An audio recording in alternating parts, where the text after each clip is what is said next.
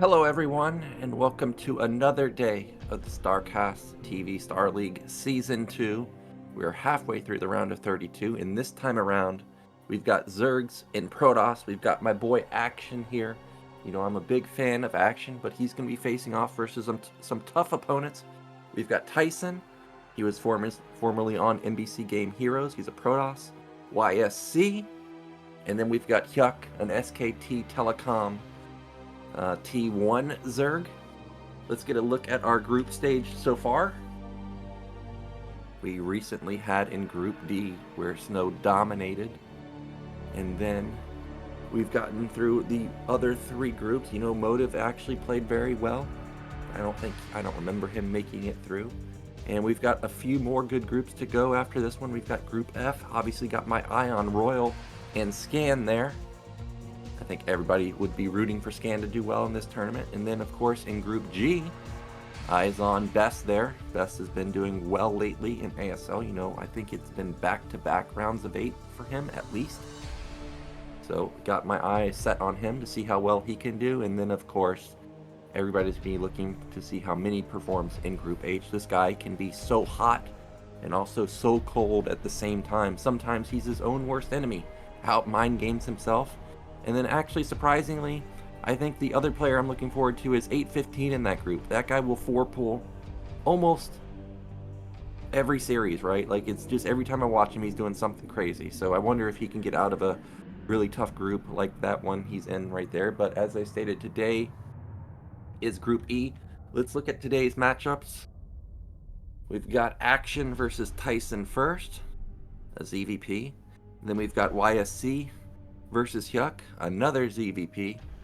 I hope we get to see some Zerg versus Zergs and Protoss versus Protoss. You know, this is the StarCast TV channel. In general, a lot of games that are casted, you know, in the sponsored games, we don't really do mirror matchups. And because of that, we really lack seeing, you know, the mirrors. So I do hope we get to see a ZVZ and a PvP. Hopefully we get a late game Zerg versus Zerg. Those games are always quite epic when they get to the late game because of all the viable strategies you have. You know, you can go Ensnare, you can go Plague, Devours, Hydras, bunch of wild stuff that you never get to see. But with that said, let's get into game one. It's going to be Action versus Tyson.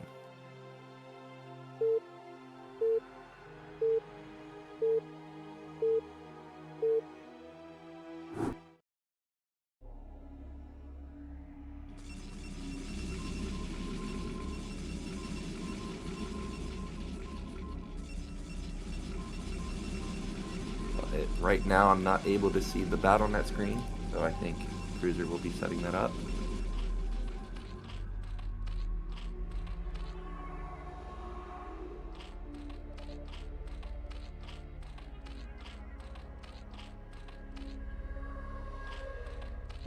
All right, there we go. So in the top right of Retro, we do have Mr. Action. And in the top left, we do have Tyson. Now, with it being ZVP and me being a Zerg player, not a Zerg player, a Terran player, you know, these types of games I do not watch that often, so not really too sure of Tyson's playstyle. But from what I see so far, this can be a 9-gate opener. And in response, Action, he is going to go for that 9-pool. Okay. So pretty standard opener from both sides, but low econ from both sides, of course. There's the gate. And he is just going to hook around and find that Overlord. And he'll know exactly where Action is. That's going to be a great scout for him, of course. And what was that drone doing? He's doing a loop-de-loop. That's quite the mineral boosting if I've ever seen one. And Action gonna send out that drone. I think he wants to fake that this is a hatch. But did the drone get the first shot off? I think the probe actually has the advantage here. Yeah, he's gonna have to run away. And now that drone is really low. Second drone has been pulled off, but at least it prevents the probe from getting in and confirming that it's a 9-pool.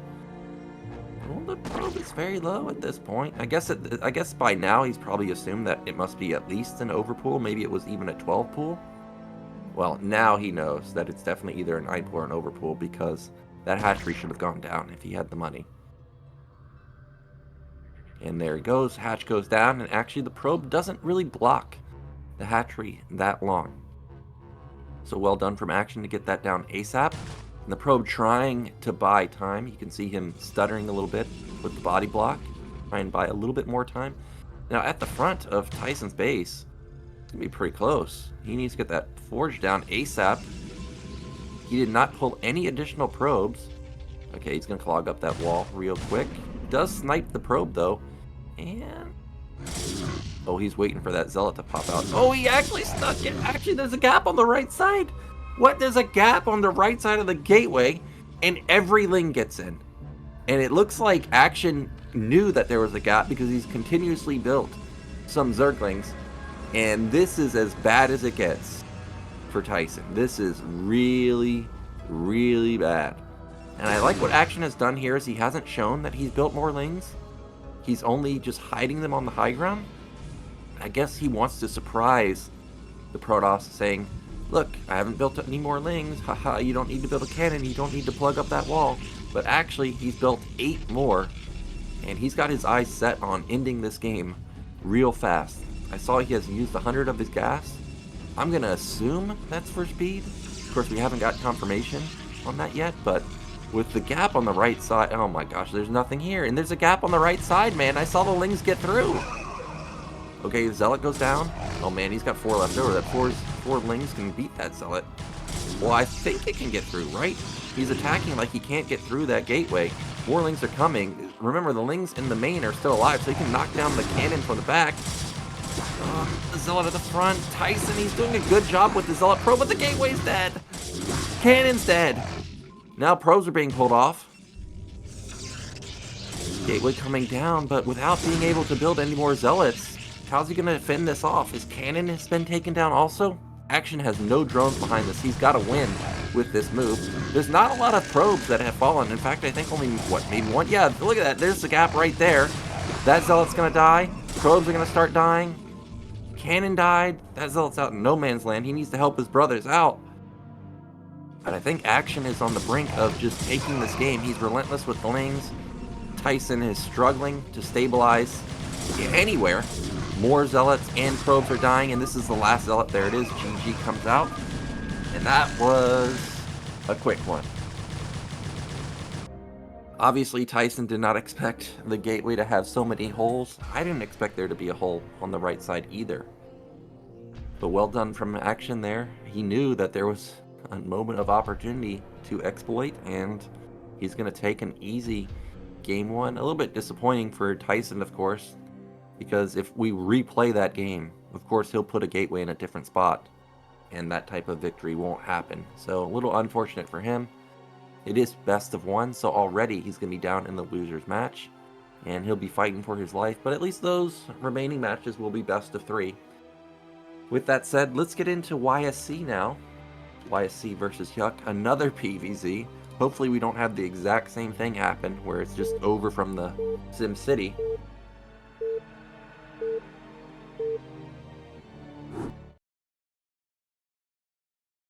Okay, and again, in the top left we have our Zerg, and in the top right, our Protoss player.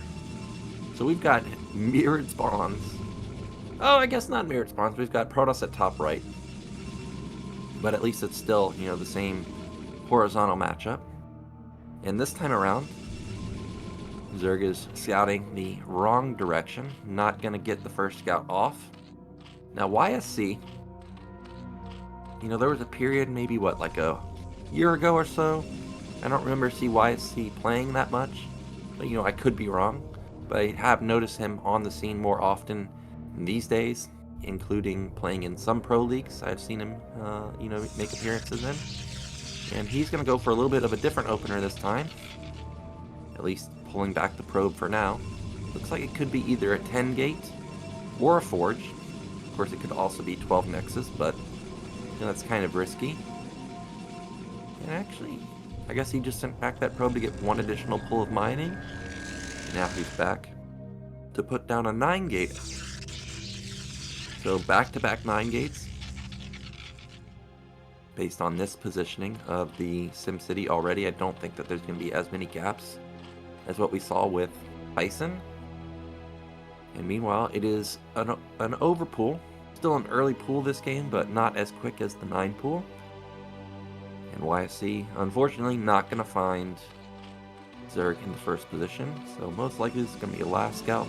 But not going to be, you know, an aggressive opener. Not going to be a big eco opener. Kind of just middle of the road. YSC should be able to handle overpool quite easily. But one thing that is missing is Probe is not going to be able to deny that hatchery for at all. Like, it's just going to go down right now. Perfect timing for Hyuk. Second probe being sent out to make sure that there's no shenanigans going on from Zerg. You know, this is the standard move you've got to do versus Zerg players. You really need to know what they're doing when they have the ability to tech switch or open aggressively like they do. In Hyuk's main, I'm going to be keeping my eye on that gas. See when he wants to take that. Is he going to go for the typical 230 gas? And the answer is, indeed he is. Now, an interesting move was, despite not scouting, he ended up only building 2 lings. That's it. Prioritize additional drones. He's going to have better econ than normal overpools. I think generally we see 4 lings, sometimes 6. So for it to be 2, that's a big difference. Now, meanwhile, YSC, this was a 1 zealot expand, maybe a 2 zealot expand. I see a couple of dots on his ramp. I think it was just 1 zealot nexus. Either way, zealot has gotten into the main now, and this is one of the downsides of not building that many lings is, well, now they're in your mineral line. Probe has already taken down one of the lings. Ooh, see ya, Probe. And now, getting into the sweet spot is YSC. Oh, actually, he traveled a little bit too far. He wants that drone, man, and he is... Oh, that is razor thin. Almost gets it. He gets a different drone, though. That's nice. And by the way, Hyuk has spent his 100 gas. I think that's on speed. He's not mining any additional gas right now. The Zealot, I think, also saw that he pulled off of gas. He's going to know that this is speed. And I don't really see... Oh, actually, just now realizing that because he rushed the Nexus, that forge has just started. That is not a cannon coming up, that's the forge. That means that there's actually not a lot of defense here. Speedling could be quite deadly.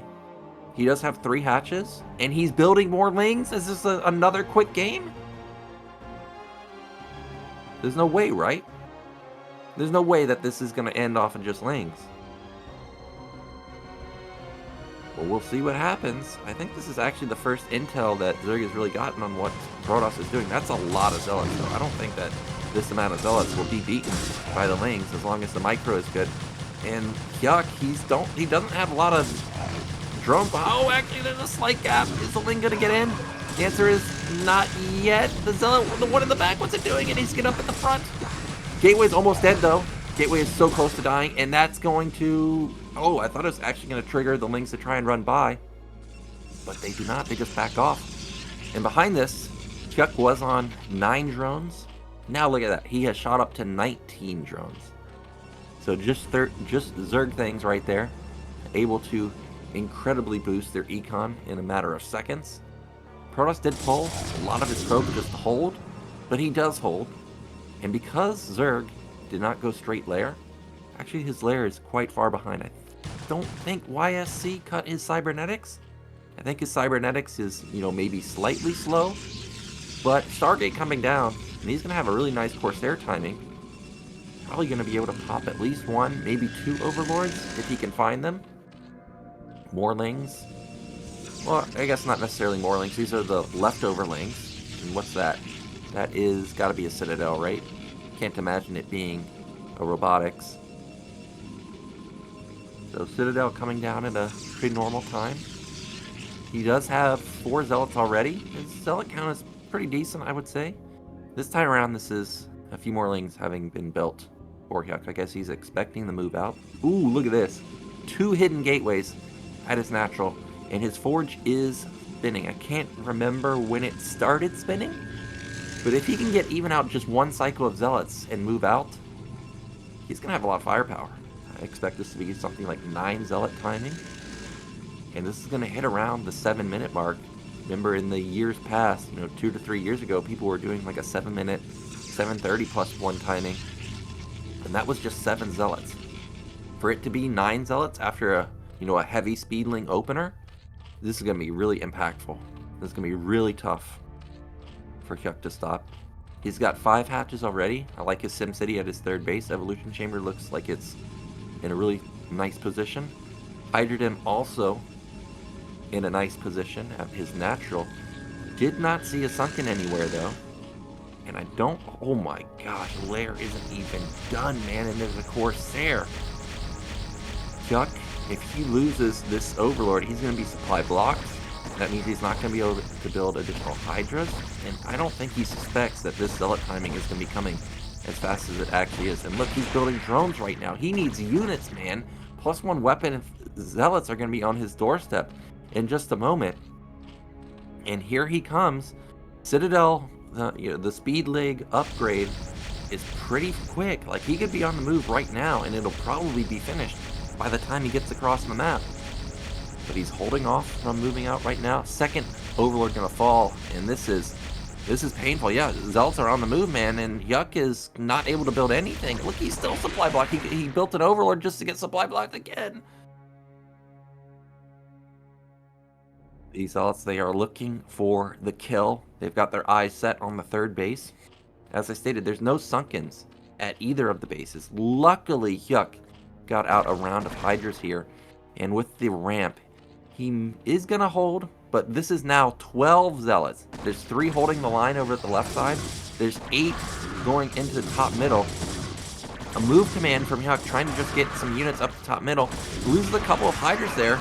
Drones are being pulled off the line, but there's still so much Zerg, or so much Protoss getting on top of these Hydras. More Overlords falling. It's just a perma supply block for Zerg, and we may see a very quick game too also.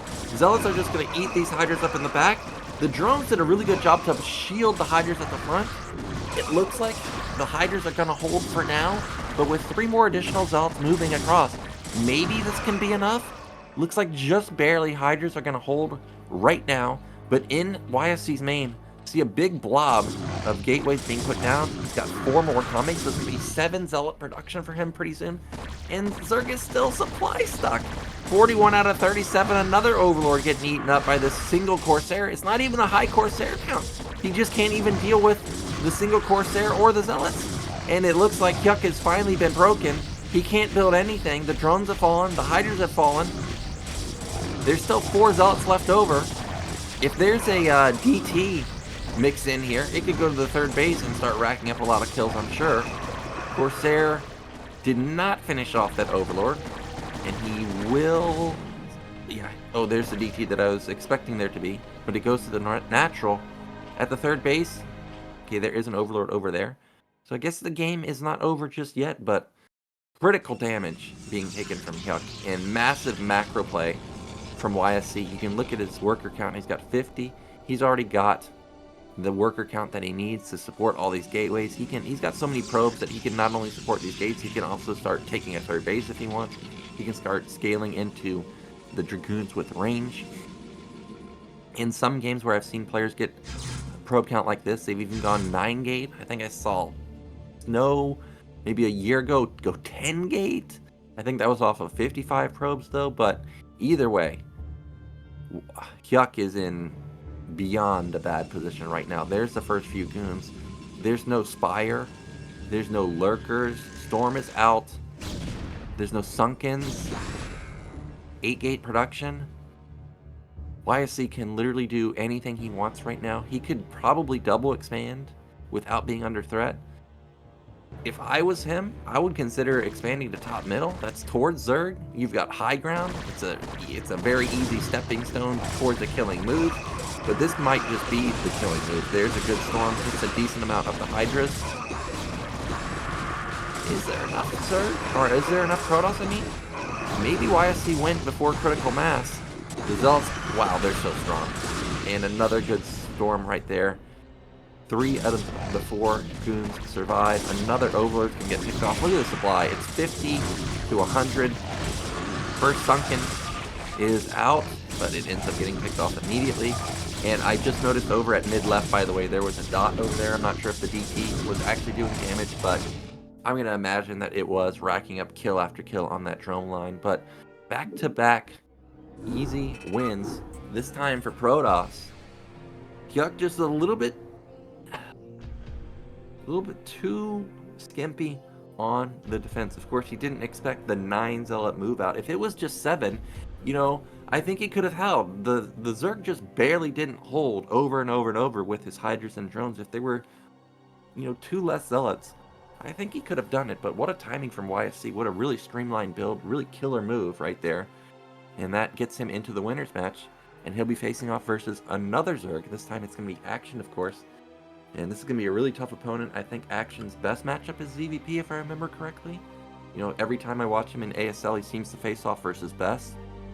And they always seem to have an epic series.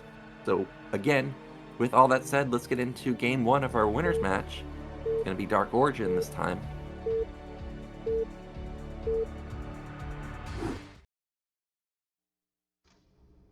Okay, in the top left, our purple Protoss, it is YSC.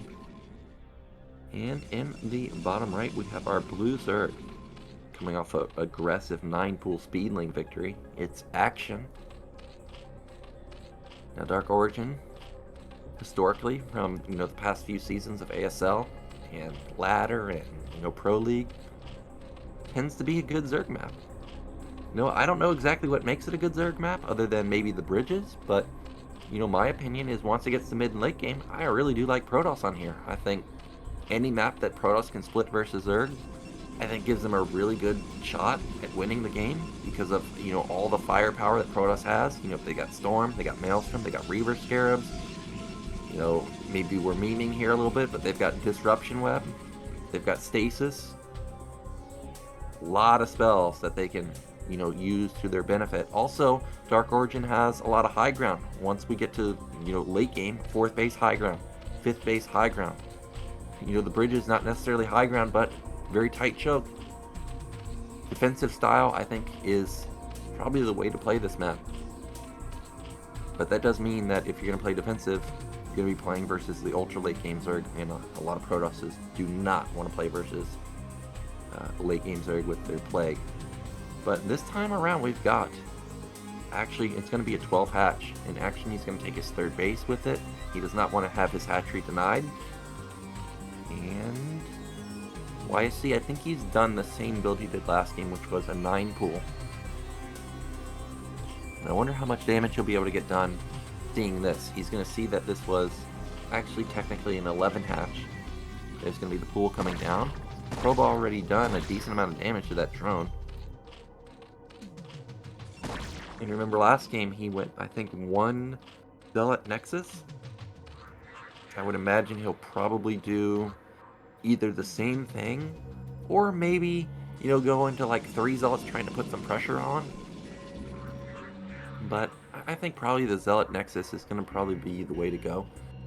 Never mind, take that back. He's got 14 probes, but 19 supply. That means he's got at least a 2nd Zealot in production, and will be on the way. First Zealot halfway across the map. And Probe has how much health right now? Oh, good pylon block right there.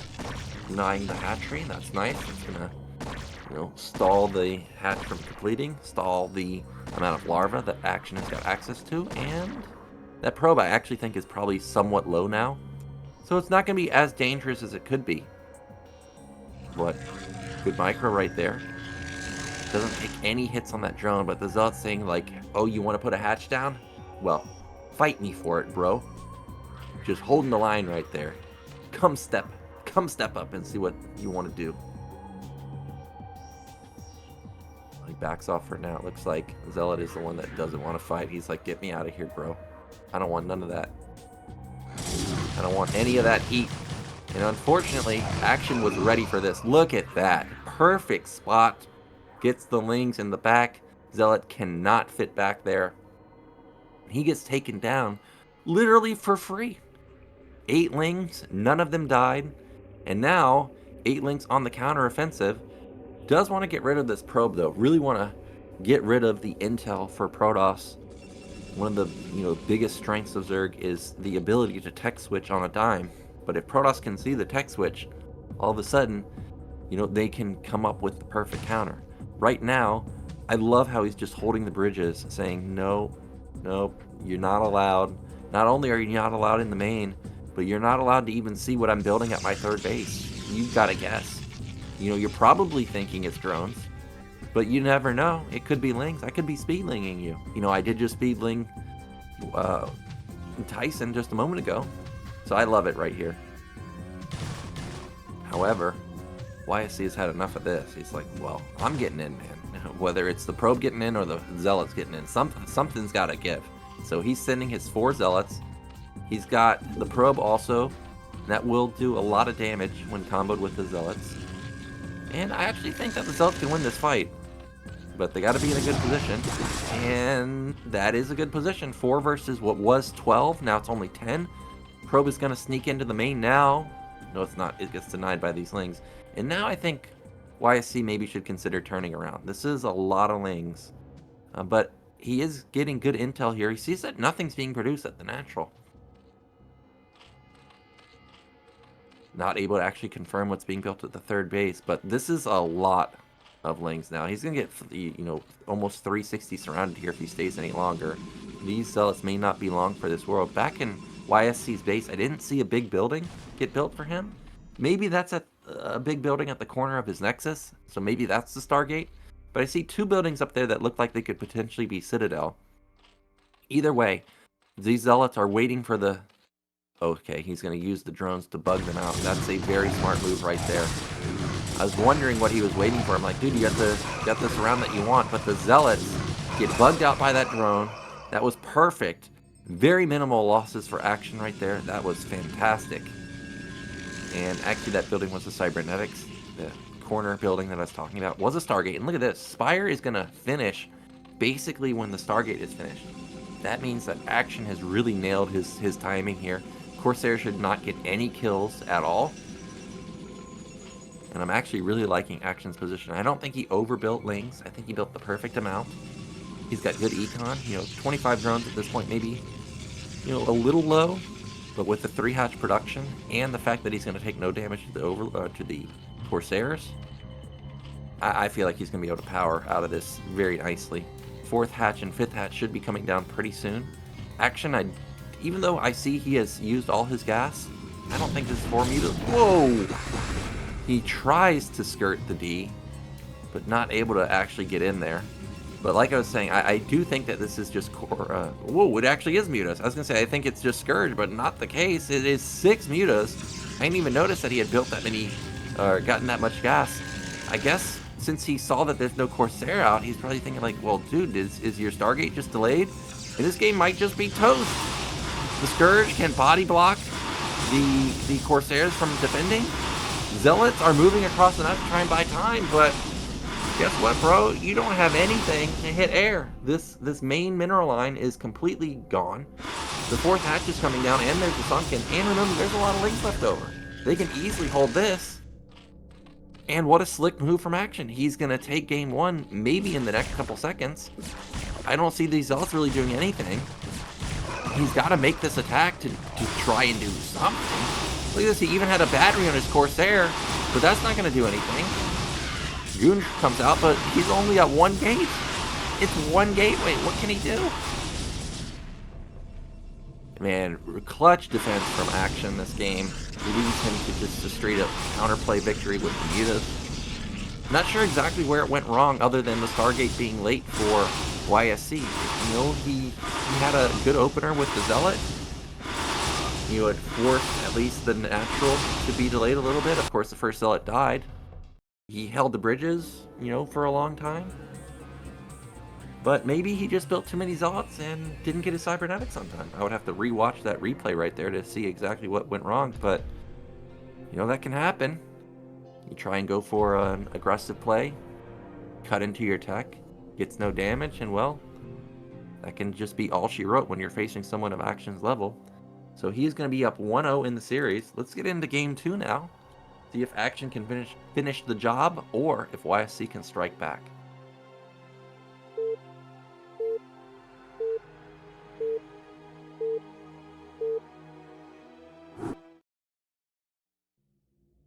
Okay, in the top middle, we do have Zerg. It's action. And in the mid-right, we do have YSC, and once again, an Apocalypse. A base that, or a map that does not have, you know, high ground main. You know, everything's kind of flat, except for the high ground overlooking the natural and the third base. If you can get into a good position like that, as either side, oh, it's going to be so hard for the opposing player to come outside of their natural. But if you don't, well, I think Apocalypse is just kind of a pretty standard map after that. I think Apocalypse does have some open naturals for Hydra Bus, but I have seen some good layouts of cannons. Maybe not exactly at the mid-right position, but I feel like I remember seeing some good cannon positioning at top left. But we'll see how. We'll wait and see if there's even a Hydra Bus this game. You know, so far we've only seen Lings and Mutas. Haven't really gotten to see anything else. I guess we did see Hydras from Hyuk, but I wouldn't really consider that Hydras because, you know, he never got any. What did he have at a time? Like 4 or 5, and that's it? He was just on the back foot the entire time, trying to not get supply blocked. In YSC, this is either going to be a Forge opener, or he's going to get risky here and go for that 12 Nexus. The fact that there's still no probes being sent makes me think that this could actually be a 12 Nexus. And if he does go for that, what an opener that's going to be. It is going to be an 11 hatch opener again from Zerg.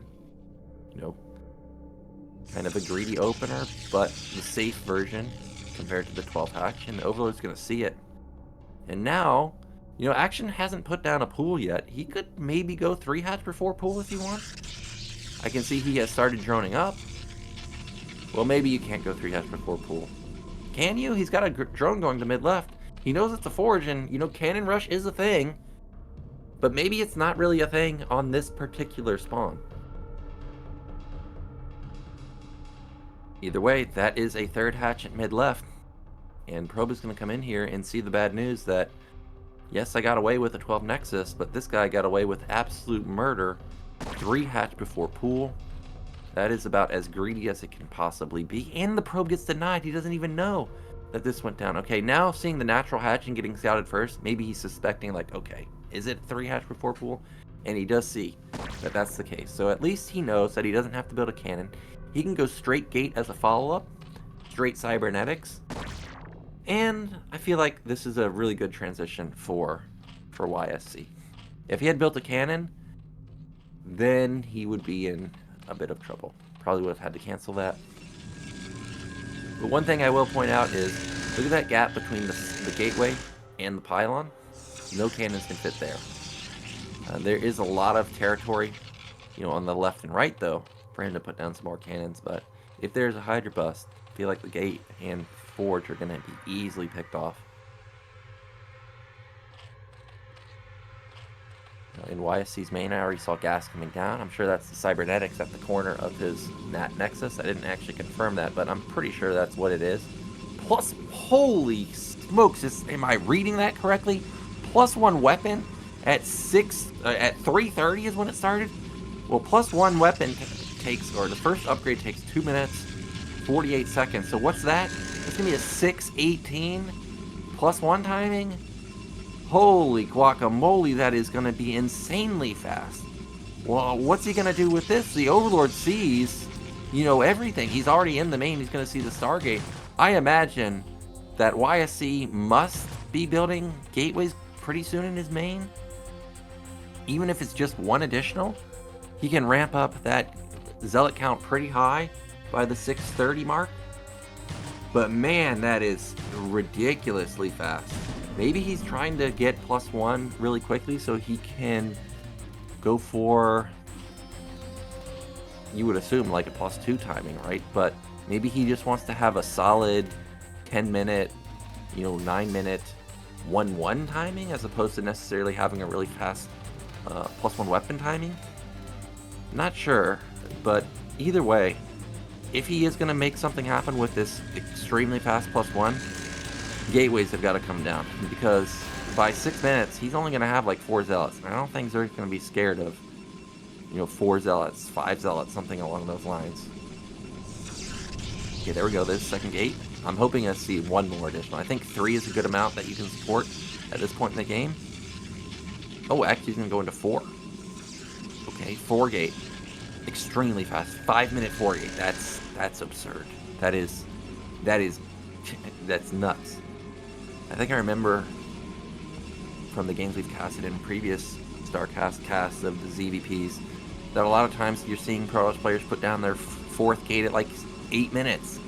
Something along those lines. This is 3 minutes faster than that. You know how many Zealots you can build in a 3-minute window? A lot. You can build like, what, 9? Is that right?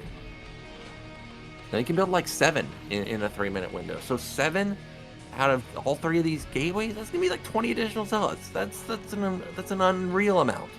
That's an unreal amount. Well, meanwhile, we haven't really talked about Action at all. He has actually gone into Hydras this time. He's got Big Econ, of course, with his 3-hatch opener. He's got 5 hatches already done, which is amazing. Okay, well, I guess the 5th one's not done just yet. He's got his own +1 weapon coming pretty soon. He didn't take really much damage to the Corsairs. He's going to lose an Overlord here. And it does look like Action could be on the move here, I think, with an Hydra bust.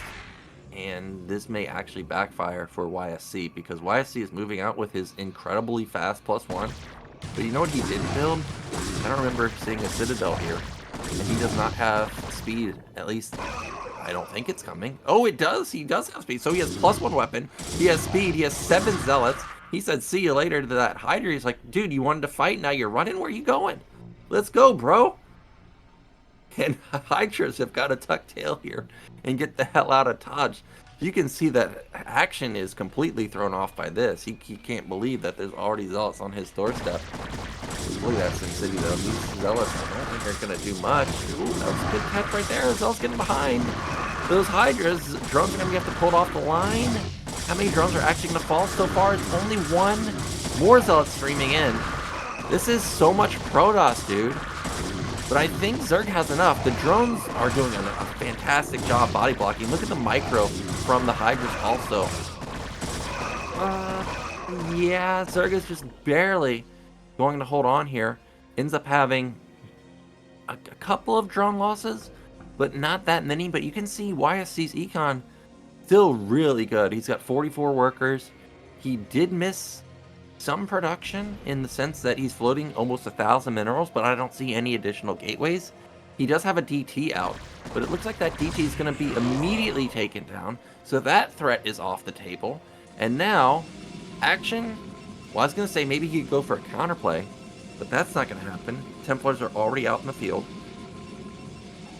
Wow, these builds are really streamlined. An 8-minute robo. I guess that's just what you can do when you've got a 12 Nexus like this. And I guess that's what you can do with a 3-hatch before pool build. You can just have so many Hydras on the field, you know, so many completed hatcheries by this point in the game. And Action was down, 15 workers a moment ago. Now he's only down 8. He's got Big Econ himself now. Another Zealot move out. Not sure if this is actually going to do much.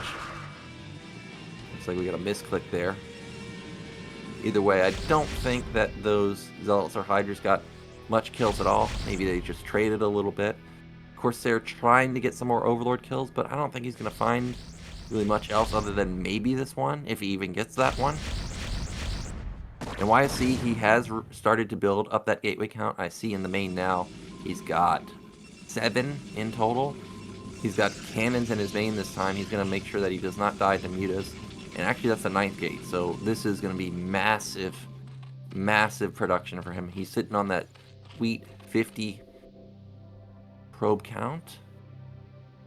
And the way he's playing is, this looks like we're not going to be going into mid-game. This looks like I want to end your life here with this amount of gateways. But mutas are actually out on the field. Again, we didn't see that many Corsairs, and he's thinking that the muta switch is the move here. If he can catch those Templars, that would be fantastic. But I think they're pretty well set up at the mineral, or at the natural, with the cannons and the dragoons. Zealots do get a good denial on that 4th base. Ooh, Templars are getting hiding in the pylon. Ooh, that was I would say that was a pretty good storm. You know, it didn't really kill anything, didn't really do much damage, but it got the mutas away. That's the key thing, is it got the mutas back. The mutas did kill what I'm seeing as 4 probes right now, and that is actually impactful. I don't know if you can support 9 gate on 46 probes. Supplies are very, very close. It's 96 to 108. The mutas are a big deal, though. The lack of Corsairs is going to be really hard for these goons to deal with the mutas. That means that the Templars are going to be kind of on their own to just try and carry, try and get off some critical storms before they can get picked off. YSC, okay, I thought he was on, okay, he's on the move now. He's going to be on the move in just a second. He's got the high ground. He's got some Corsairs to help with the goons, but Zerg already up in supply, 107 to 106, only being up 1 is, not normally a huge deal, but when it's CVP, if Zerg's up, Protoss is in trouble. So YSC, if he goes for a timing, I'm not sure if this is going to work. He's going to have beautiful storms, and it's going to have to land on the Hydras, or either blanket the mutas and get them out of the way immediately. Either way, we've got a big engagement coming. Oh, it looks like we're missing. Looks like we missed a couple of storms right there. The mutas, I guess, sniped all of the Templars, but I can see that the mutas are heavily damaged, so they did take a lot of damage. They did take heavy losses. They lost like 7 mutas there, so that was definitely a worthwhile trade for both, but losing the storm really does hurt. I think now YSC, I don't think he can attack without storm. Maybe he can just hold his high ground, though. Remember, he does have the very, very fast +1 armor. It should have hit around, 9-minute mark. And now that we're at the 12-minute mark, I guess his +2 armor could be kicking in. And maybe with +2 armor, he doesn't necessarily need storm. Another good Hydra micro right there to bait out a storm and run away. Ooh, is he going to catch all of these Hydras? He gets like 5. That's pretty good. I actually think if Protoss attacks and has +2, I think maybe he can win with just the +2. These Hydras are going to get intercepted by some of these Zealots, but I think there's too many Hydras for the Zealots to win. Wow, actually the Hydras won easily. So it looks like both parties are just going to reset for now. Just move back to the high ground, but as I say that, of course, YSC now on the move once again. Ooh, a Corsair gets taken out. Where are the mutas? There they are. They're coming in from the back, and they intercept 2 Templars. There goes one. There goes the other. And he only got off really 1. Actually, that's the second good storm. He got off 2 good storms on the Hydras, but those mutas are still alive and heavily are very, very healthy. So they're looking for some more Templar kills. Another Templar dies. And this is starting to get out of control for YSC. I think he needs to rely on his upgrades. But Zerg is exploding. Zerg's on 4 bases. They're going to have, big econ in a second. He just needs to saturate that mid-left base. Work count is 50, 51, 55 drones. So action, the longer this game goes, the better it's going to be for him. And again, YSC, he's on the move. He wants to do something about this 4th and 3rd base, but he just can't get on the high ground. He knows that the mutas are out of position. I think this is the only moment he can go to do damage. That's a decent storm, gets rid of the lurker and some Hydras. If he could have had a storm at the top side, which he did, but it missed, that could have been crippling, but it looks like there's just way too many Hydras. And this is all without even having to use the mutas. Now the mutas come in, and they're just going to clean up everything. Okay, that was actually good damage onto the mutas with the storm, but there's just too many Hydras left over. He's going to try and retreat these goons, but I don't think that this is going to end up being able to retreat. I was looking on the map to see, maybe if there's a DT, that could be a way back into this game as YSC, like if you can shut down a mineral line, but I don't see a green dot anywhere. He is just completely on the back foot. He's going to have his main and natural mined out pretty soon because of his fast 12 Nexus. Yeah, we're going to look at the natural mineral line. You can see that it's very skimpy at this point. And, oh my god. Action was 48 drones a moment ago. Now he's at 68. He's going into Hive. He's got, I think that's an 8th hatch at his 4th base. 8 hatch production, almost 70 workers. He could take a 5th base. He's got hive coming. I think I saw double evolution chamber. So Action is absolutely crushing it this game.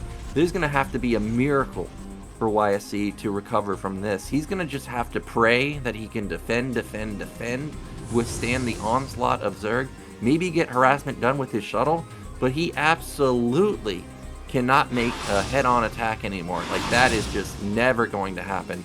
The Meadows almost snipe that Templar, but it manages to get away.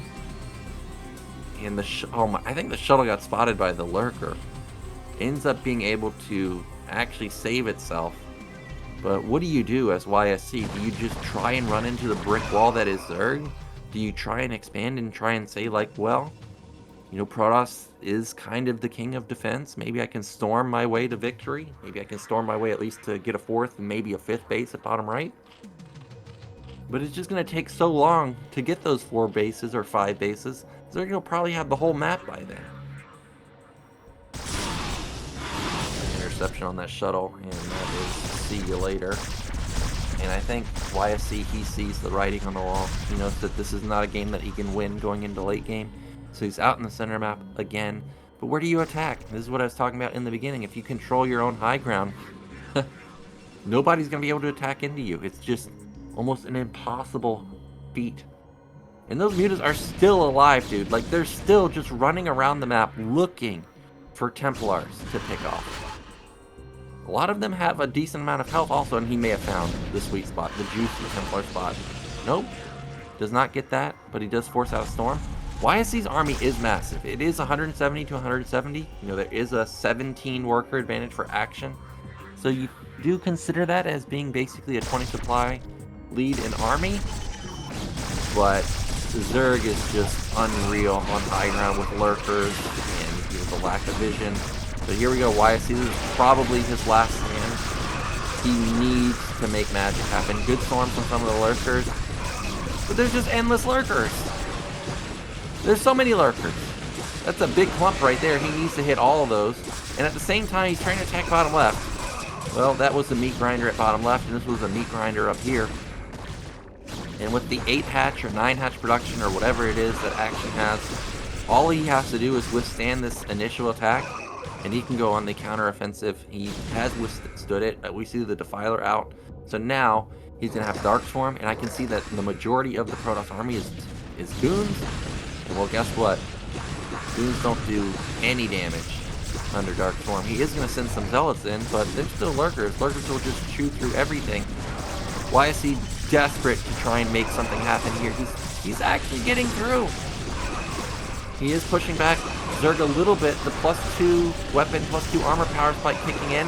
Really good storms. I mean, he's hitting a lot of the storms. He's killed so many Hydras, Lurkers, and Lings. But there's just too much production. There's way too much production. Meanwhile, behind this YSC, he is taking a 4th base. He is starting to get top right. That Nexus has been plopped down. And the Archon and Goons are holding the line. But the problem is there's now nothing that hits under Dark Swarm. There's only 1 Templar remaining. And all he has to do is just cast Dark Swarm and he's invincible. That's exactly what he's done. More Zealots and Templars moving across. That's what he needs in this particular scenario. Okay, actually, YSC making some headway. He kills another Lurker. With another clutch Dark Swarm coming out. Another Defiler gone. Okay. Okay, YSC, I see you. Making some magic happen with this 2-2 power spike. Needs to transfer to his 4th base, though. Needs to get that up and running. Even if it's just long distance mining, he needs to get that up and running. Action, of course, he knows about top right, so he branches off some Zerglings, and those are cracklings. Those things are going to melt that Nexus.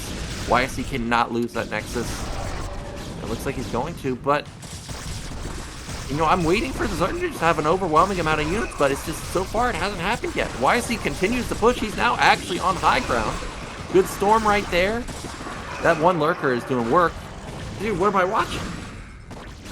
Is YSC actually going to push here? He's got a lot of Goons left over. He's doing so much damage to these Lings and Lurkers that are just kind of funneling in. Not really a lot at a time.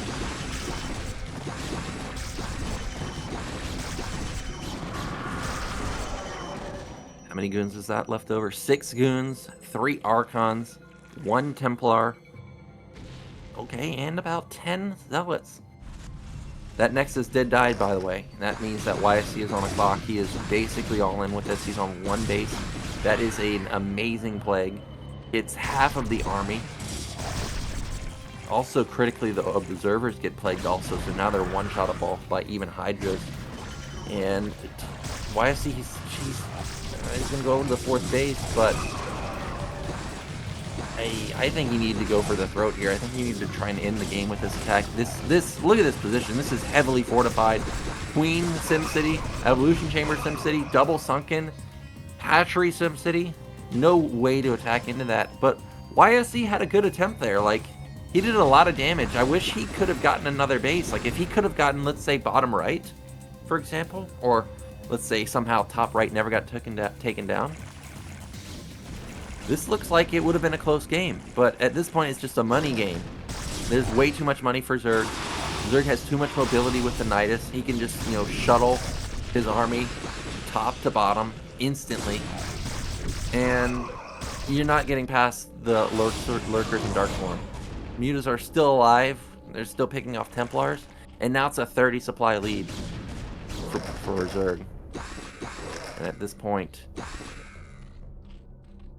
this is like a last stand type of scenario. Like, if he kills his base, yes, Zerg will be back on maybe like 2 base mining, maybe 1 base mining, I guess, depending on how well saturated that 3rd base initially was.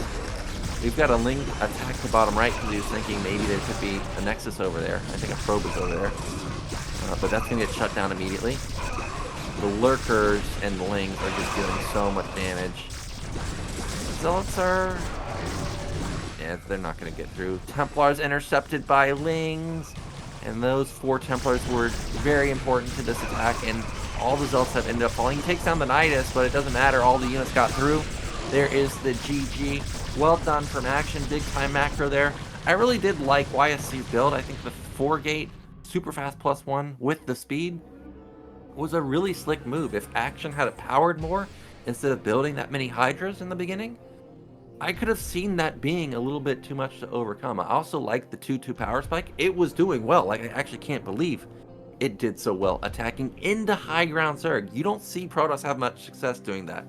So even though YSC loses there, if we see another Protoss versus Zerg versus Hyuk, I think Hyuk needs to be very worried about YSC because YSC is playing very well. But let's get into game 1 of our next series. We're going to have Hyuk facing off versus Tyson. And again, we're going to be going into Dark Origin.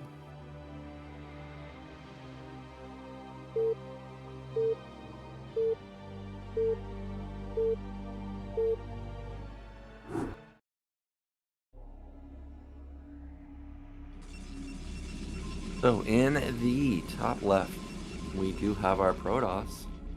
It is Tyson. And in the bottom right, we do have our Zerg. It is Hyuk. So a PVZ. Once again, I'm rooting for Tyson here, not because I prefer him over Tyson or over Hyuk, but because if he does get through, it gets us a PvP. It lets us avoid, back to back PVZ matchups. I want to see a little bit different play. Something spicy, maybe like some Goon Reaver action and some PvP, which, we're not going to get in Protoss versus Zerg most likely. And once again, it is going to be a 9-gate from him. And just kind of as an aside here, Tyson here, his AKA used to be Bai Han. Actually when I joined Bai Clan long time ago in 2005, the way you get into Bai Clan is you have to play tryouts versus 2 players from each race. And Mr. Tyson here was actually the person that I played against for Protoss. And I remember that game in particular. It was rush hour. I was going, back then fast expand was not a common thing. It was just trying to become meta. So, I did like a 2-fact, took my natural base kind of slow. And well, let's just say it didn't go well for me because Tyson went a 10-gate on 2 base and I got murdered. So I am well aware of the macro potential of Tyson here. I hope we do get into mid-game you know, some big macro from him, because he can definitely bring it. He really does play heavy gate style, at least in PvP. Hopefully the game doesn't just end, you know, immediately like it did on Retro. So Probe gets in here and does confirm that this was a hatch first, of course. He is just hanging around, maybe trying to block this gas from being taken. Hasn't taken much damage on the probe, maybe just a little bit. But first Zealot on the move here. And remember last game, we had this kind of same scenario. The third base was taken as the natural, pool was taken, and then we had the natural being taken normally. And that Zealot did not get into a good position at the third base and got taken down immediately. Ooh, that probe might actually die here. He needs to run. No, we lost it. Oh, but he doesn't have enough money for the hatch. So actually, he'll trade the probe. He'll still get the denial on the drone from building that hatchery. I'm still not too happy about the loss of the probe, though. The probe is really a key factor in making some Zealot pressure work. For those of you out there that don't know why, it's because Zealots do 16 damage. You hit twice, that's 32. But if you add in 5 damage from the probe, that gets 37. And all of a sudden, those 2 hits from the Zealot, you know, are taking down Lings. And Lings will get taken down real quick with that combo. But without the probe there, all of a sudden the Zealot can't really do much. And he's going to have to tuck tail, turn around, just hold his natural. And I feel like we're seeing pretty much the same thing as we saw last time at Dark Origin. What is this, 10 Lings? Just saying like, well, you lost your probe and now it's good luck for you to try and figure out what I'm doing. You don't know if I even took gas in my main. You don't know if I took my natural. Of course, it looked like I wanted to take my natural, but you never confirmed it. You know, for all you know, there could be hydrogen in the main, right? There could be a hydrogen. We know that this is actually a hatchery. And we know that this is just going to be normal play. Right now, I saw 100 gas get spent. I'm going to guess that this is for speed. I think there's too many Zealots out in the field for it to be Lair. But once again, this is going to be a game where there's a really fast Corsair on the map because the Cybernetics is almost done. Lair hasn't even started. This is a Ling all-in. Whoa. I don't know what he saw that he thinks he can Ling flood this, but he's hoping that Protoss makes a move out like they did earlier on Dark Origin. You remember the 4 Zealot move out and hold the bridges? He's hoping that that happens, because if that happens, he's just going to immediately counter, go for the full 360 sandwich, and this game will be over in a heartbeat. But if Protoss doesn't make that move, if Protoss holds the line here, plays defensive, plays cautiously, Zerg is in a world of hurt. They are so far behind their tech. The Corsair is going to be coming pretty soon. It's going to be started in just a moment. Whereas the Lair, I think, is maybe halfway done. And this is a massive committal to the Lings. This is, what, like 26 Lings, something along those lines? Almost no drones for Hyuk here. He's at 14 versus almost 30 probes. Actually double the econ of Protoss. And actually another cannon coming down. So Tyson is reading this perfectly. He suspects that something is up. And he's right. There's Lings waiting for him. Oh, now he moves out. He won that safety secondary cannon. But now there's six Zealots. Plus the double cannon. I'm not sure if this can ever work.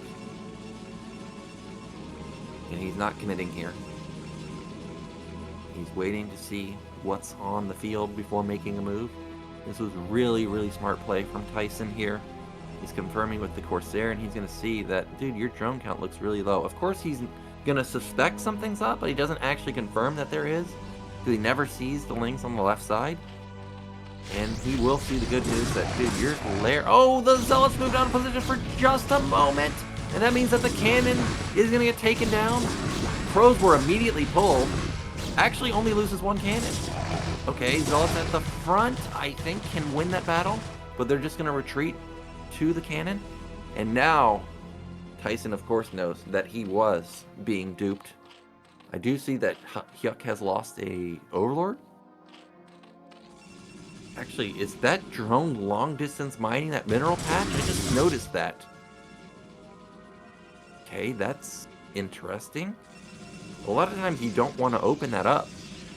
If it gets opened up, you know, DTs can just walk in. Zealots can walk in.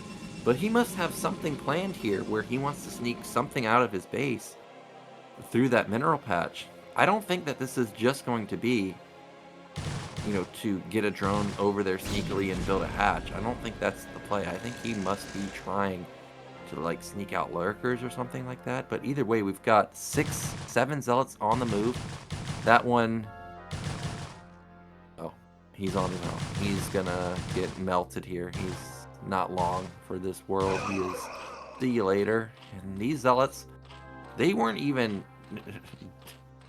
slowed down at all. They just continue to walk across the map, and now he's kind of in a sweet spot if he could hold that ramp. Well, there are a lot of lanes in the back.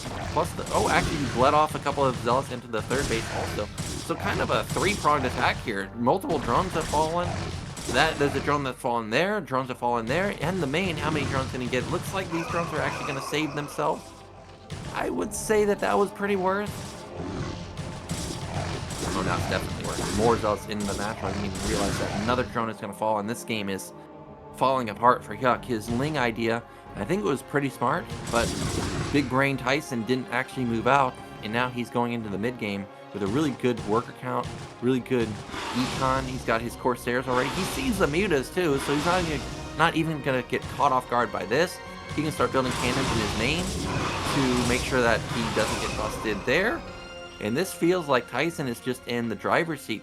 Really, all I would like to see him do is build some more gates, which is what he's doing right now.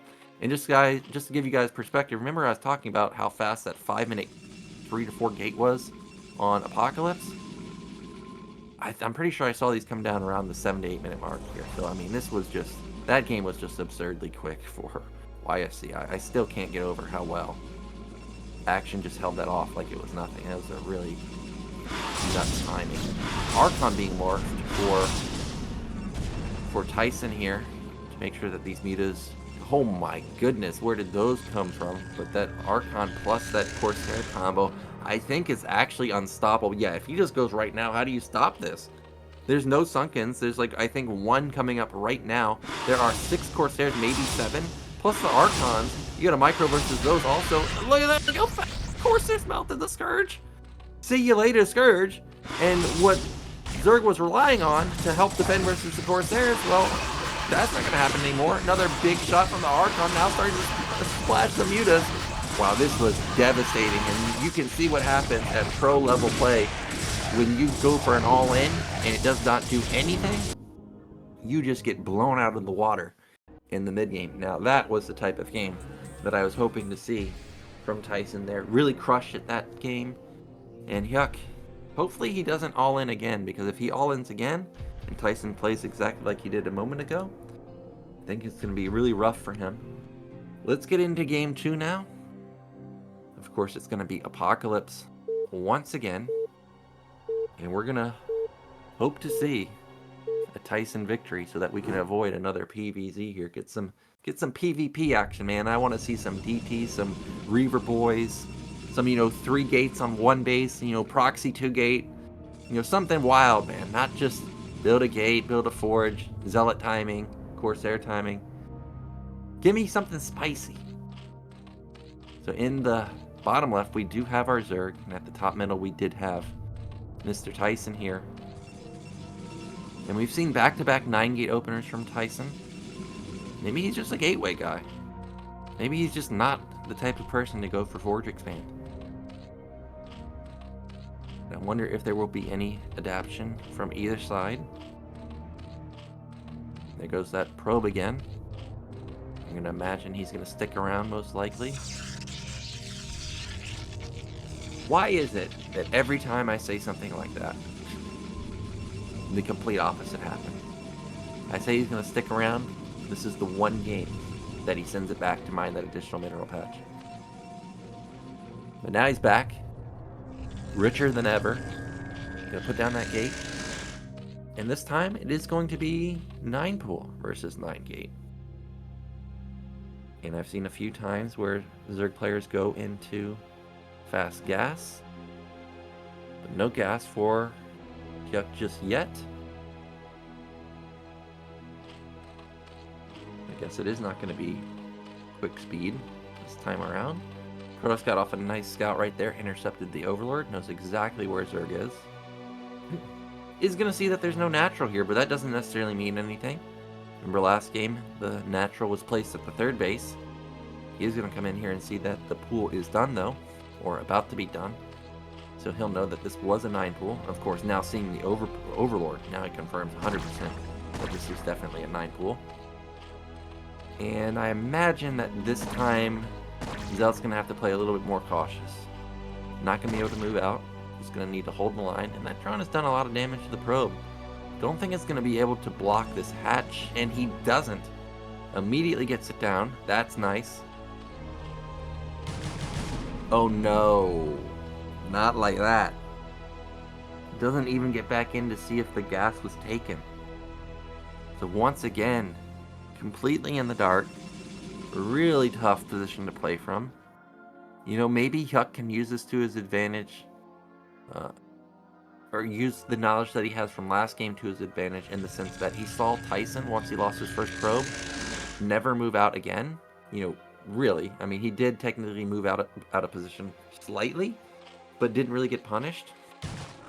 But if this guy's not going to move out, maybe you show speed, but you don't actually build more links, right? And you just power like a madman. And then you... Okay, well, all that theory crafting can go down the drain because actually two links have snuck into the base. And actually, Tyson went kind of for a more defensive play.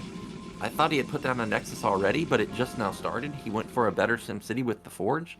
These 2 links in the main, how much damage can they actually get done? One of the links are already heavily damaged. And this does trigger a counterattack from Tyson. It is 2 Zealots. You know, that's a lot of firepower there. And there is some good mineral line potential, or mineral line micro potential, at the natural and third base. Ooh, that probe almost got blasted. But instead, the one that got blasted was that Ling. Took a big shot to the face, and he's out of there. Did he overstep? Did he move too far? I think he did. I think he moved a little bit too far away from the minerals, and now his Zealots are going to get cornered again. That one at the top is already almost dead. The one at the bottom is already almost dead also. He's desperately trying to, you know, minimize the loss here, but that one's gone. Zealot will see the third hatch. I guess he can find solace in that he at least got to scout the main and scout the third base, but once again, this is not the trade that he was looking for. Didn't even really force out that many links either. Great hold from Hyuk. And I'm not sure, did he see lair? Yeah, he didn't see lair. He didn't see anything. Once again, okay. Thankfully, that's the drone. I saw the links being built at the main. I was like, no, man, really? You're going to wait for him to move out again and try and just counter with the lings?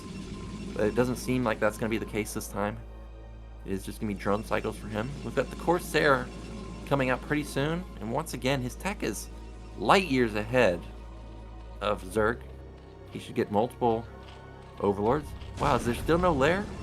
Zerg has a lot of gas. Instead, he's prioritizing the minerals and he puts down a 4th hatch.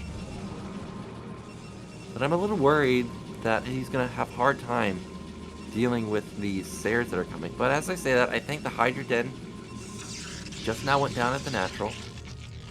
4 hatch Hydra play, is that going to be the move? Maybe try an all-in Hydra bust. You did kill 2 Zealots. You did not take any damage. You know, maybe that's what he's thinking. Maybe he can at least get down that gate and forge. And if Protoss moves out and runs into a 4 hatch play, you know he'll be running into death because of how many Hydras there are. But the Corsair being out is going to be able to give them the intel to know that, well, dude, this is just, you know, a no lair play. This is heavy macro, big time Hydra count. I feel like Tyson will most likely just rush his Temple Archive, get Storm real quick. Comes in the main, sees no lair. Natural no lair. Third base no lair. Dude, where's your lair? That's probably what he's thinking right now. I think that's the second gate in the main. Yep, second gate in the main. No more Corsairs being produced from Tyson. That's a good response. No need to build Corsairs if there's no threat of Mutalisk. Unless you're going to be doing some type of timing where you want to just overwhelm the Hydras and then maybe not win on the first attack, but the second attack, third attack, where you've gotten them permanently supply blocked. But I don't think that's going to be the case here. Corsairs are looking for those Overlords, but there's no Overlords to be found. Hyuk did a really good job getting them back to safety. And here come the Zealots. Nope, I'm just back off for now.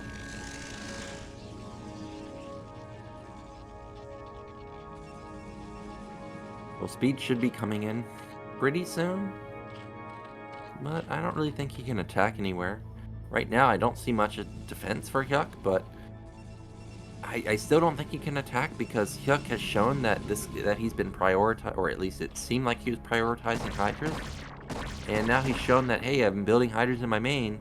Don't move out, because if you do, well, you're going to get hit by an overwhelming amount of Hydras. So that keeps Tyson back, at least for now. But now here he comes.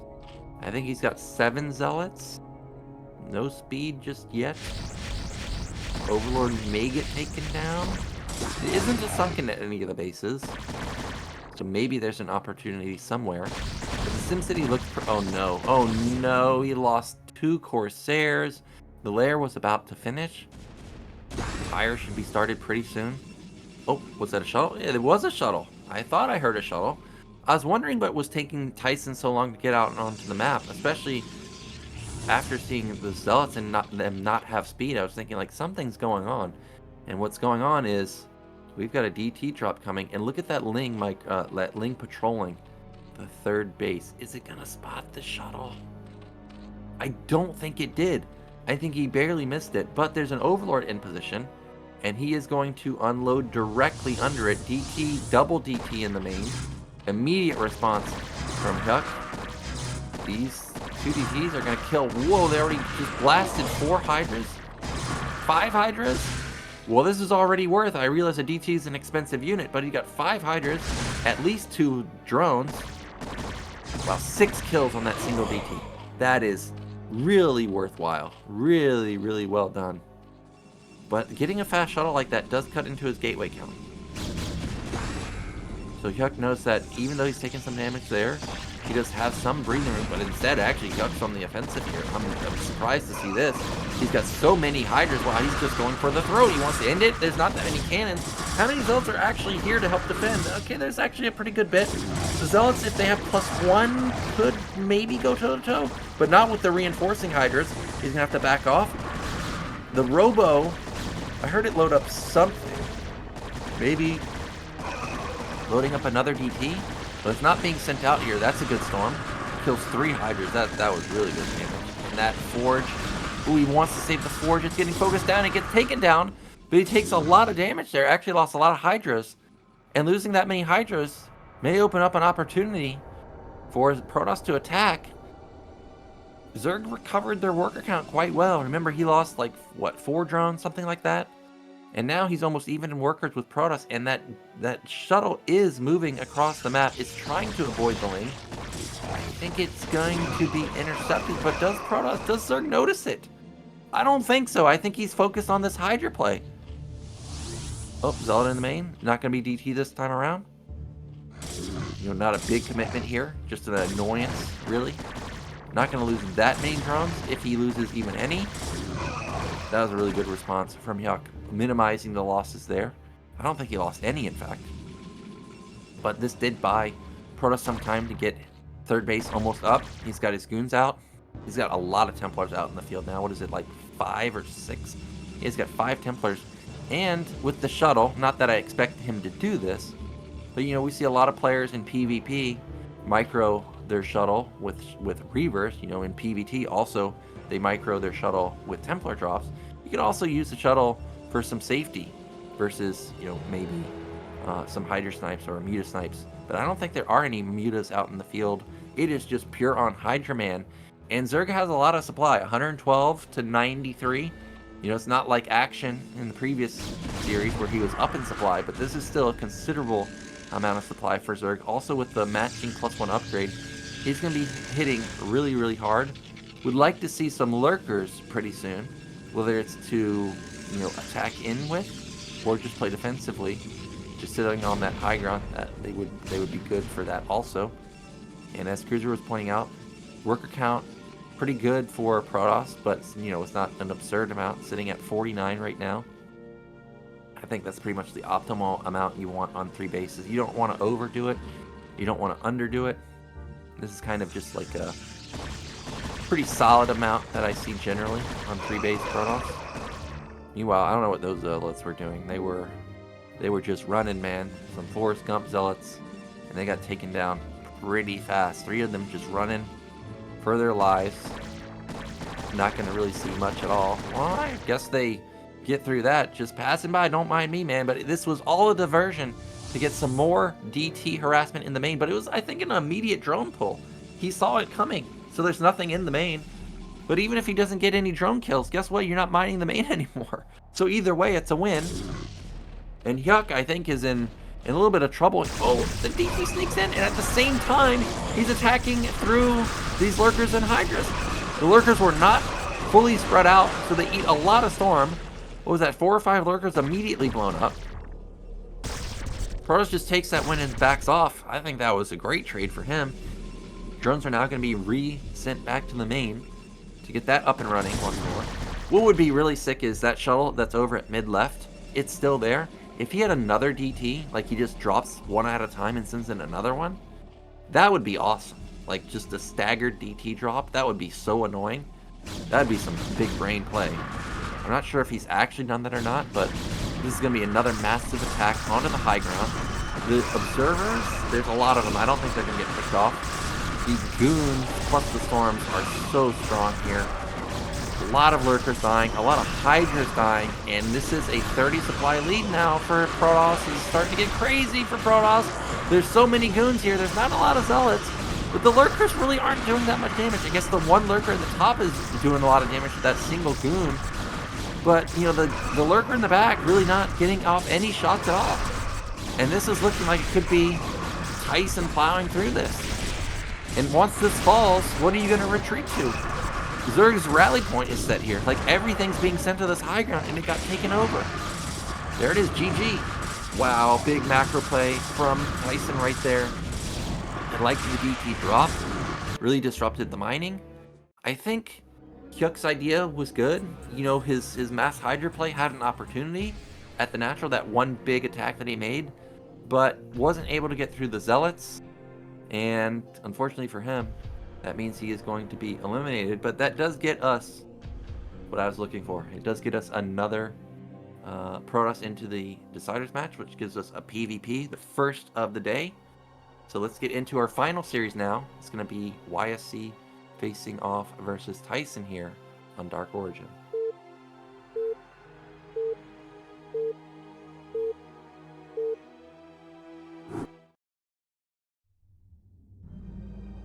Okay, so in the top left, coming off of a big win versus Hyuk, we've got Tyson.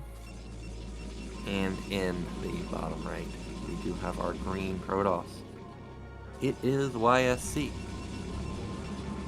Now, from what I remember of YSC in the olden days, back when he was playing in Have At You and, a couple of other foreign events, I remember him playing just pretty kind of normal.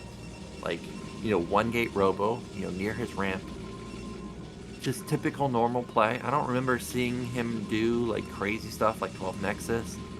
I don't remember DT play. I just kind of remember him being super solid with standard opener. We'll see if he's still that type of player.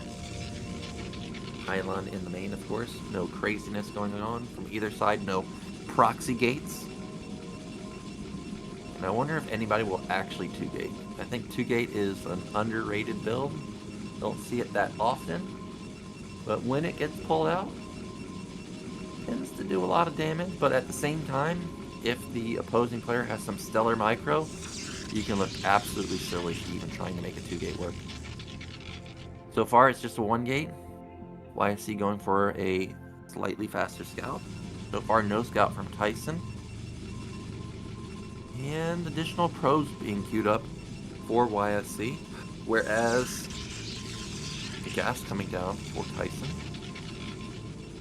And slightly later gas for YSC. So pretty much a mirrored build. Slightly later scout timing.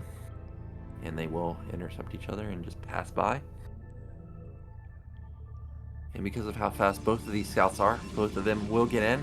And we'll be able to see that this is mirrored builds. Immediate cybernetics from Tyson there. Not even going into a zealot at all.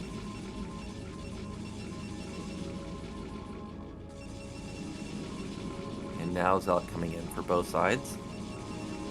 I think maybe YSC put down his zealot first. Maybe not though. Or what? Zealot before cybernetics, but maybe I'm wrong here. Anyways, looking for that sweet, juicy pylon block. Not going to get it, though. Manor pylons are always really annoying. It's very impactful, especially if you can catch multiple probes. If you can catch, like, 2 probes, 3 even, oh, your econ is just devastated. It is massively worth. But with the zealot out, I'm not going to be going for that manor pylon. And I am keeping a close eye on that gas. Is anybody going to fake going range? Is anybody going to go straight range? Well, there's range for YSC, and there is range for Tyson. So both sides still mirrored.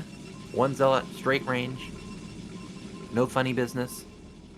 If he can hold the ramp and push out the probe, maybe we could see... Oh, somebody canceled, and that is going to be Tyson with the cancel. This is going to be a fake range into Citadel. Now, one way to read that this is, you know, Citadel follow-up is, of course, YSC is going to have the range, and Tyson is not going to. So what YSC needs to do is he needs to poke around the 420 mark, confirm that this guy has range or not, and if he sees that he doesn't have range, need to immediately put down that observatory or forge or something to get some vision. Because if he doesn't do that, he's dead. And actually, it's both sides going DT.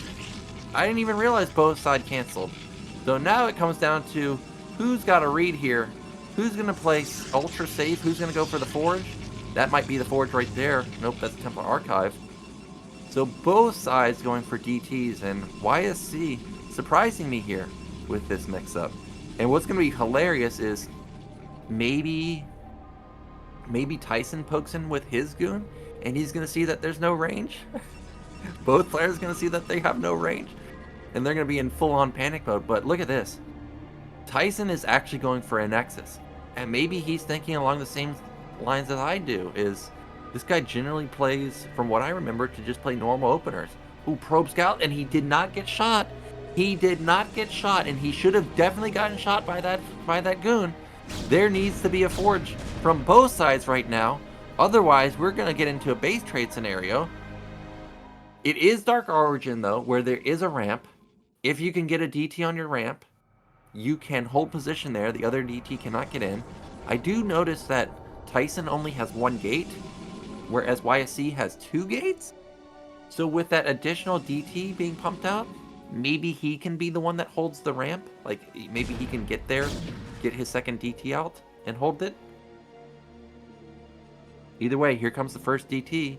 And like I said, both players, or not both players, YSC should know that there is... Yep, exactly. He gets his DT on the ramp, and the DT is on the move. And, oh, cannons are out. I didn't even notice that forge was even done for Tyson. Now, is the DT in the sweet spot, I guess, is the question. It looks like he is in the sweet spot, so I don't think it can get through. And the cannons are going to complete in time. And this is a disaster for YSC.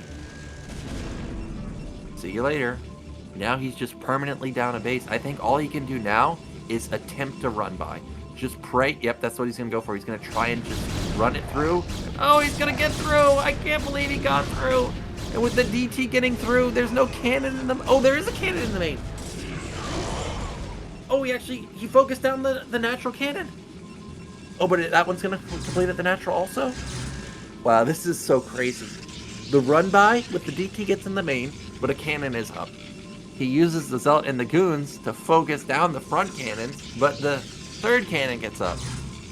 What a clutch hold from Tyson right there. And of course a clutch hold with the DT on the ramp to prevent the DT from getting in. Now I see something else moving in here. Is he going to try and bug this through? Can you bug it through? Oh, he did! That is unreal! He just canceled his cannon! No, he canceled it at the wrong time! And now he's going to lose so many probes here. Does he have an observatory? Oh, he does. At the top side, I can see he does have an observatory. He wants that robo. If the robo dies, this game's just immediately over. Oh, the observer pops out. So the game's not over, but, you know, it's kind of over, right? In the sense that Protoss is down massively. He's down already 8 workers, does not have a second Nexus. Protoss just needs to build more, or Tyson just needs to build more gateways. But what Tyson did right there, what you do is you stagger your DTs a little bit, but I think between the opposing players' DT, so that they kind of have to not go directly at each other, but they have to like move back and forth. Then you do the Dark Archon morph, so that they try and make that combination, and then you cancel it, and they bug out, and you can push through the DT like what we just saw. That was absolutely incredible. Now, if you're not able to do it perfectly, what ends up happening is you morph an Archon and it just immediately dies, which you don't want, of course. I hear something going down. Okay, he's killing off the Citadel, but, you know, I don't think that's a big loss. He has an observer, but he can't really bring stuff to defend, because if he defends it, he's on the brink of, you know, potentially losing his natural, because there's a lot of stuff for YSC right now. Like, he went 3 gate as a follow-up, so that's why you see him just holding his main with that single good. This is a really tall order for YSC to come back from. He is just down so much. At least he forced a lot of cannons. Like, he forced, like, in total 10 cannons. Remember, Tyson lost 2 at his natural. He built 1 in his main. It's like 9 cannons. I mean, that's a lot. But to be down 8 workers is also a lot. And Tyson is on the move. He knows he's got a massive advantage. He can pick off a couple of goons as they retreat. And I don't really see much for YSC to defend with. Like, I think that was his entire army. Hopefully he's gotten Storm. I don't think he could afford Reaver. He's also obviously committed. Well, I hear something loading up. Did he go Reaver? Maybe he's trying to oh, he's gone Storm. That's what he wants to do to try and even up this game. He wants to Storm drop this natural, try and get some probes, and maybe he can recover from that after that.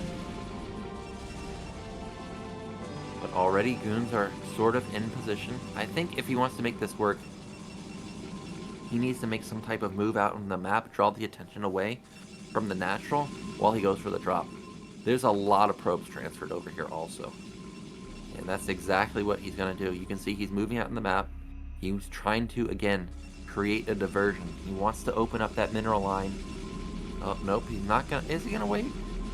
Is he going to try and make a move? Not yet. No Storm. Oh, moved out of position. Here we go. Protoss is on the move. And that's got to trigger it, right? It's got to trigger the drop. This is what you were waiting for. Protoss is moving. Instead, it's just hanging around. Maybe he's waiting for an actual battle to happen? I don't know, man. I think you got to go. I think you see the army. Oh, man. Now he's going to engage. But there's no... Yeah, now he's going, but... No. He's going to lose, so I don't think he can stop this armor now. Wow, an immediate probe pull. That was amazing. Tyson saw it coming from a mile away, and this is just going to be a massacre. There's no way that he can stop it. I don't think Templars have enough energy for Storm. There are so many goons here, and, you know, unlike Zerg, Protoss can eat a Storm and not die. Like, they can eat a couple of Storms and be okay. And that's exactly what he did there. He ate a full Storm. All the goons remain. Now, that's a really good Storm. Back-to-back Storms do a lot of damage, but unfortunately, not enough.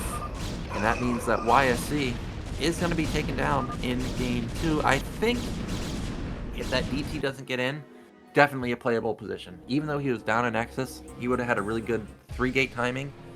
Maybe could have overwhelmed the natural. Maybe could have snuck in his DT and, you know, killed some gateways, you know, some important units, while also, you know, also, or maybe he could have just straight up broken the natural, right? There were only 3 cannons. Either way, this is now the last life for YSC here, and Tyson 1 game away from making it out of this group. Let's find out if he can do so.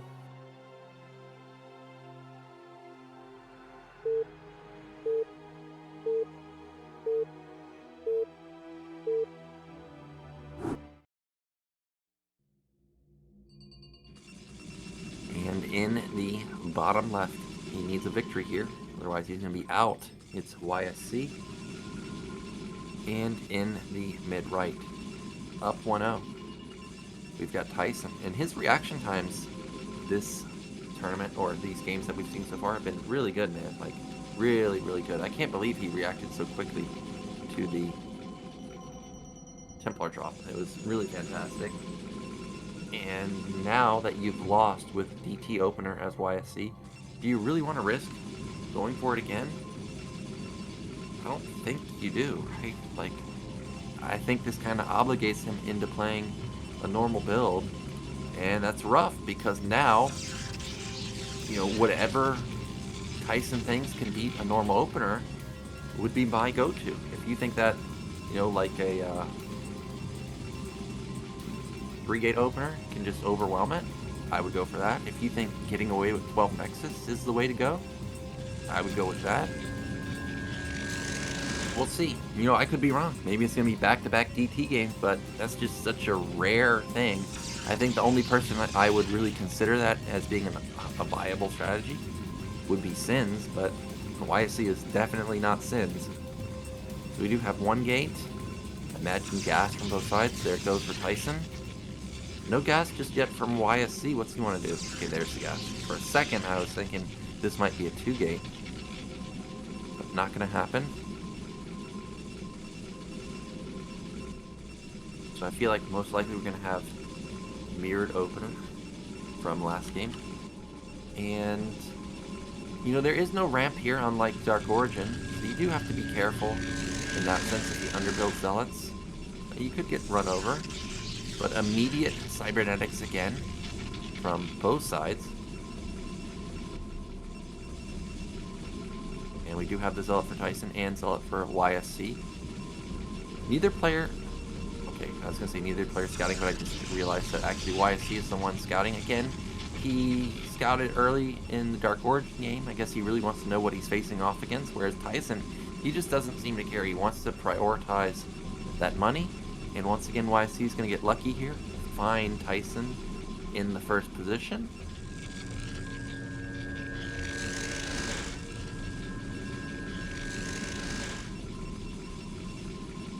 And he's going to see the good news that he's just facing a normal build.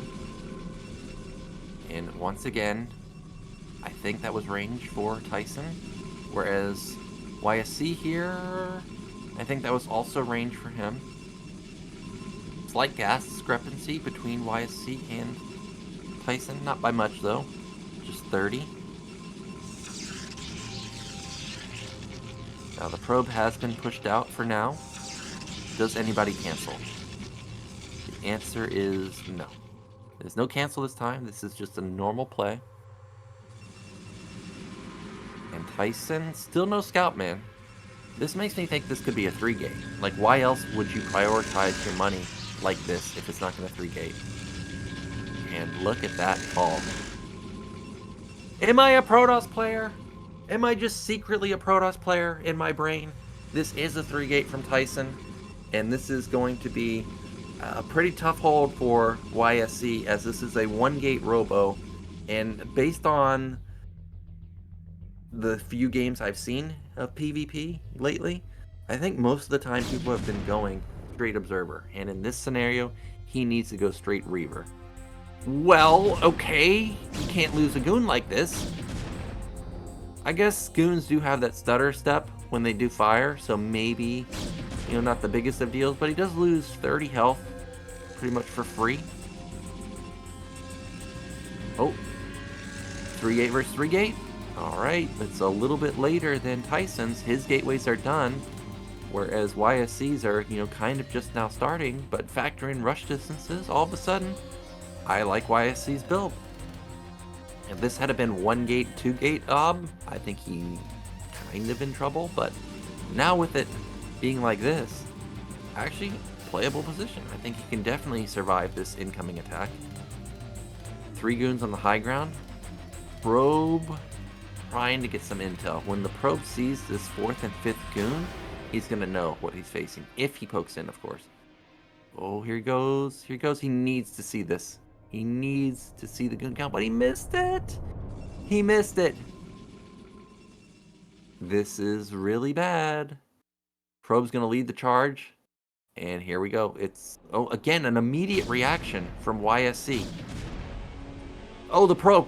Hold position on that ramp. Oh, we got some free shots off, and that's all it takes when you're playing a strategy like this. If you can just get a slight advantage. It's 6 goons versus 3. There's the observer. Okay. The 6 goons do come out, or the 3 more goons do come out, so it is 6 versus 6. But it's just, wow, he's already pulled probes off the line. The Zealot is taken down. That's a really good drill.